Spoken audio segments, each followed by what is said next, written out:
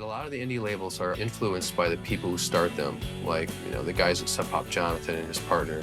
Corey Rusk at Touch and Go, it's very much the bands that he likes, that's who he wants on his label. He wouldn't necessarily sign something because he would think, oh, I can sell 50,000 copies of this. Enter the 49 gates of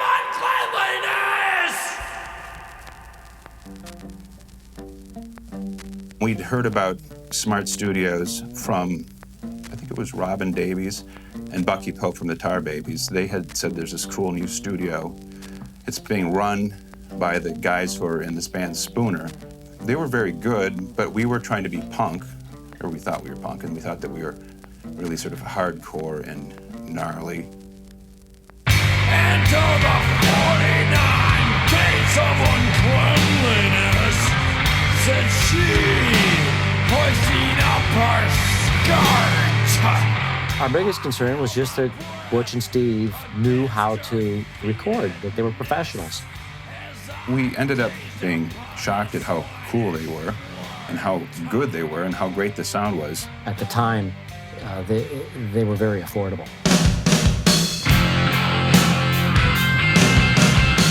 There were no rules with Killdozer, no commercial expectations, and Corey at Touch and Go would just say, you guys do whatever, you've got a week, that's what we have in the budget, and that's what we would do. Before he recorded with us, he actually sort of thought about things that he wanted to do, which is sort of nice because, we all thought, well, that's great, sure, what the heck. Knowing that we could work it out in the studio and Butch would have some ideas just was the excuse for our being lazy.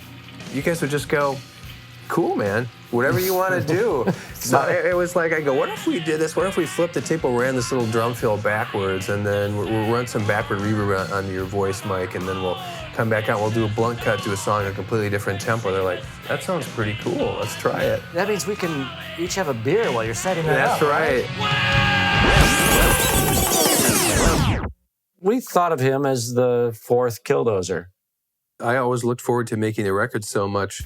Case in point, one of the bands I was in, Firetown, we did a record on Boat, local label, put it out, did well. We got signed to Atlantic, and then the thing that happens with so many bands getting signed to a label, it was like everything bad happened. Our management team split up. The A&R guy who signed us left. We had to go in the studio with a producer who we did not like at all. It cost a fortune, and we were in New York for like 4 months or 4.5 months. And the day I got home, we started 12 Point Buck. And I was like, I'm free, I'm free. Lupus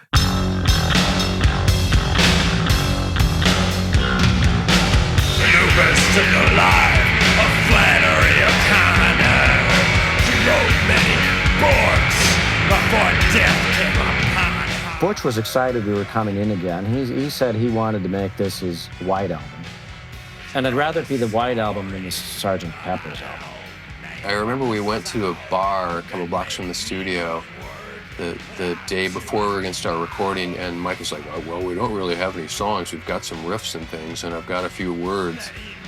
As we drank more and more beer, we started writing things down like stock market reports, radio broadcasts, tuba, accordion, disco. The spinning of a six-shooter. We better use that on something. Let's get the sound of a toilet flushing. Tin can, firecrackers, guns. Trumpets, tuba, baritone horn, like I said, accordion, a dog. When we needed something to sound like a fist fight, he said, well, if you punch a head of iceberg lettuce with your fist. Damn, we got them all into the record. We did, somehow. Including the radio, the farm reports. Farm reports, which, yeah. Butch got up at crack of Like dawn to 6 a.m. record the farm reports about, corn futures and pork bellies. Range from 68 to 70-50, and slaughter cows were generally steady.